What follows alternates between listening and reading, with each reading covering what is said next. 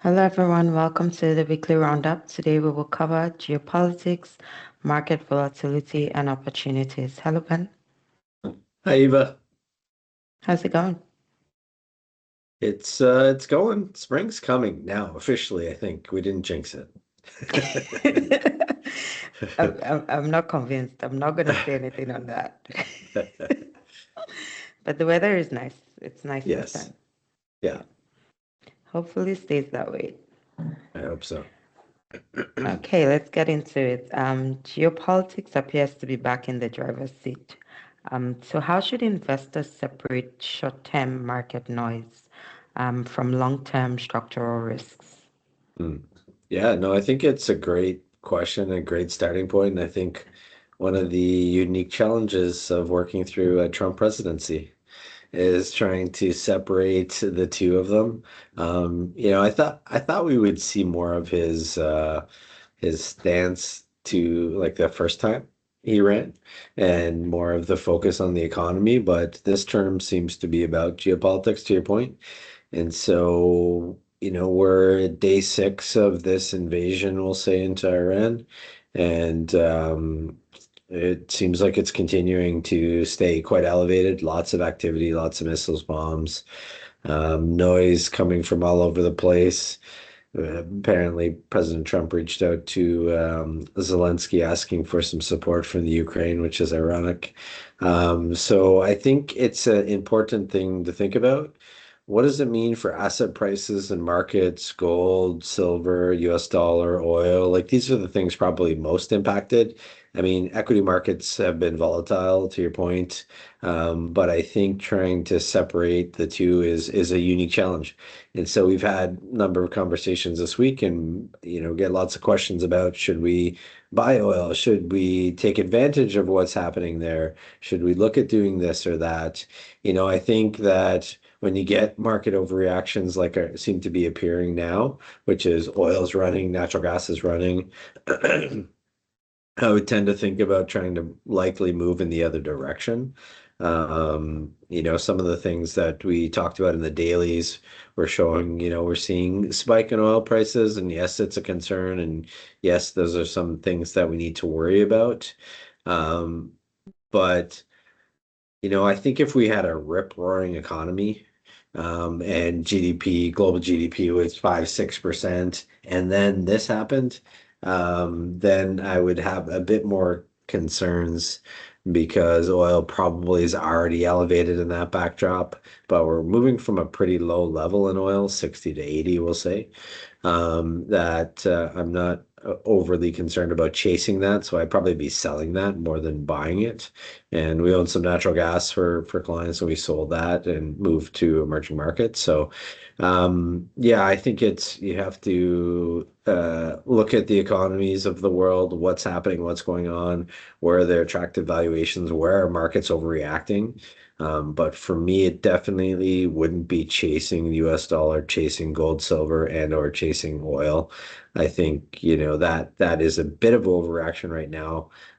Yes, lots of drama and damage can still happen for a long time, but I do think knee-jerk reaction is immediate overreaction. Okay. So I'm just gonna drill down a little bit. Um, there is equity volatility and the fundamentals seem resilient. Is this simply like a healthy pullback, or is this the start of something meaningful? So I think that from a what's happening with Iran perspective, it's a pullback, but below the surface, we're seeing private credit come under pressure. And so it's something we've talked about for probably 2 years now, as a potential risk, potential fly in the ointment. And if we look across the spectrum, Blackstone, KKR, Apollo, Blue Owl, like these are down 40, 50, 60% off their highs. And so there's definitely cracks happening in the private credit market. And I've asked anybody that wants to take my question, like, what's the knock-on effects of this? Who has the liability?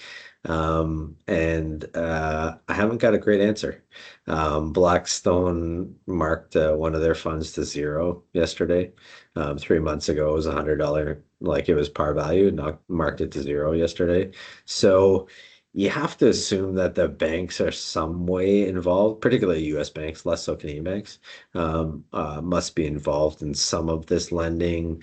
Some of the big pensions must be involved too. So I'd say from a market perspective, that's a systemic risk that I'd be conscious of. But from an Iran perspective, I think it's a temporary pullback. So I think these two things we need to keep on watch. Okay, so in periods of uncertainty like this, what are the most compelling opportunities? Hmm. I think that you get overreactions. And so what I would look at and what I do look at when we have events like we saw on Tuesday where market was down 1,400 points or something like that. If there's good companies that are down 8-10%, that's a great opportunity to look to buy them. And when I looked on Tuesday, one of the biggest reactions was Europe and emerging markets. So there's some areas there that I think got sold off pretty hard. I think one of the countries that I referenced in our annual, and I still continue to, I think maybe bang the table on, is India. So India was down coming into this year and is down a little further. And some of that has to do with the view that their economy won't be as resilient. They're not in a good location. Maybe they're too tilted towards people heavy types of jobs, software, that type of business. So, I still think that one continues to look attractive and looks even more so attractive given what's happened in the short term. And to the last point, some of these softwares got oversold pretty hard. So Microsoft was down 25%. Is that justified? I mean, fundamentally, maybe, but from a market reaction to that, I think that's probably an overreaction because on Tuesday, when everything was down, Microsoft, Thomson Reuters, which we've been buying, were up into that backdrop. So give you a sense that they're truly showing some value here. Yeah. So let's see the charts.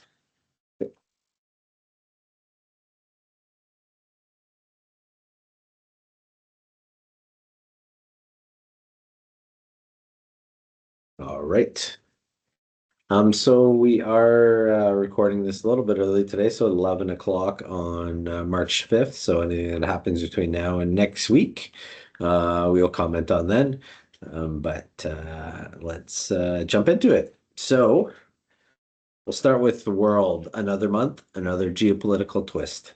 And so it's one of the, I think probably your pointed question at the start is what's going on with geopolitics. And so this is from 2021 to where we are. We've been through quite a lot of political noise and geopolitical noise in the last 5 years. And so I think you'd look at these points of how the world's feeling right now, and I've been talking about the fourth turning now for as long as anyone will listen to me. So, the fourth turning is a book written by a guy by the name of Neil Howe, who talks about we go through these super long wave cycles, and the end of the super cycle is the fourth turning, and the fourth turning results in a lot of chaos. One of the key pointed things outside of a medical crisis like we saw with COVID is geopolitical risks that ultimately result in wars of some size and degree.